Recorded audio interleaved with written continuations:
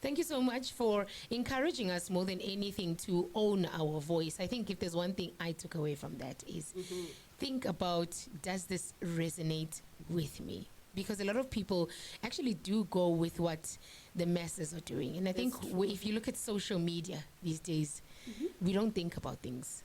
We go with what's happening on the social media platforms. How then would you encourage one to still own their voice in a time where social media influences a lot of our decisions? I think the most important thing is to look at what is the goal. If your goal is to present yourself as a fashionable lady that's living a fashionable lifestyle, you can still do that without maybe revealing a little bit too much of your body on social media.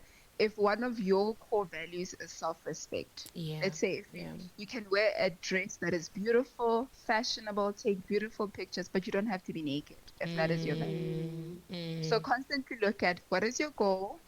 Is there a better way for me to achieve this goal without compromising my values? And when you find that alignment, then you're able to have success.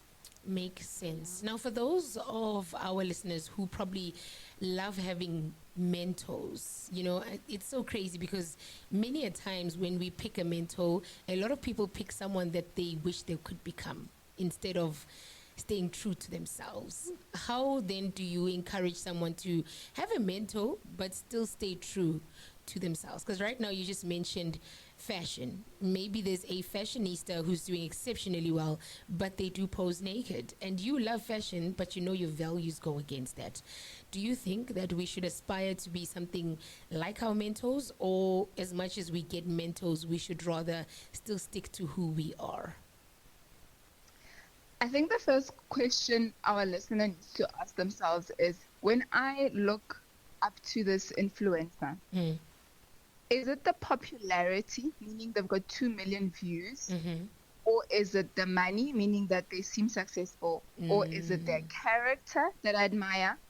Or is it a career path that they've taken? And once you can distinguish between the two, you can choose an alternative mentor who can assist you with character development. The same character development will help you to sustain that money, that career, that influence, that popularity that you want to achieve one day. Sure. Versus choosing someone that has the money, the popularity, but when you look a little bit closer, they're constantly in scandals. So now you must decide, what is it actually that you're trying to achieve? If you would like to be a successful entrepreneur, that's a beautiful goal, because when you are empowered financially, you have the capacity to empower others also. But you want to be constantly in scandals. Is that what you want for yourself? Sure. There's amazing mentors who are not popular. And they do have the financial means because they prefer to live a private life. That kind of a mentor, not only are you getting real business skills, entrepreneurship skills, but you're getting character development, and you're getting someone who can actually help you to build to last. Because another thing that I'm realizing is that a lot of people are building, yes, that's great, but are you building for the sake of building, or are you building something that can last, where it goes even beyond you? Because anything worthwhile that you do, it has to leave such a tremendous impact that it even empowers the next generation long after you're gone. Otherwise, whatever you're doing is just self-serving. Sure. And on that note now, Elizabeth, for somebody who's struggling with self-esteem, what are those practical tools that they can use to work on their esteem? They can start with little things. And when I say little things, I really mean the simplest things. When you go out for dinner, have you ever seen those types of people? They'll ask you, so John, what would you like to order? Sure. 10 minutes. John doesn't know what he wants to order. It's those little things. Start with, what do I actually like eating? What are the types of environments do I like being in? What are the type of relationships do I want to be in? What is it that I want with my life? And in those little things, start setting boundaries in those little things.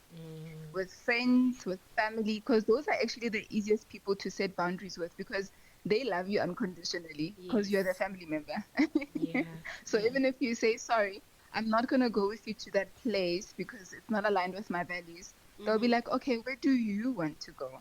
And Sure. it gives you permission then to be comfortable with starting to set your boundaries. Before start trying to set boundaries with someone who doesn't know you completely, who might look at you and think and misjudge you because now they're like, okay, what's going on with this one? Yeah. But start small and then gradually you grow.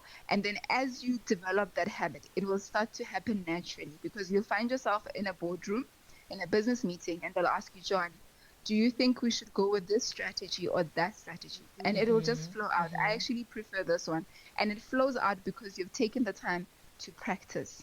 Sure. Yeah. Very interesting. Thank you so much for sharing that with us. Now, if any of our listeners would like to get hold of you, get some assistance, talk to you, or even follow you on your social media platforms, where do they find you? It is Elizabeth Ramadikela on Facebook, Instagram, TikTok, and YouTube. And it is also my website is www.elizabethramadikela.org. Well, there you have it, ladies and gentlemen. That is Elizabeth Ramadikela. Please do utilize her contact details accordingly and, of course, respectfully. As always, I do encourage you to represent us ngendlela efanele bandla and do not abuse those contact details. Thank you so much for coming through once again on this beautiful Wednesday morning and sharing such beautiful, insightful knowledge with us. Thank you for having me. It is always a pleasure to be with you. Most definitely. We absolutely appreciate you. Please enjoy the rest of your week. That, ladies and gentlemen, was Elizabeth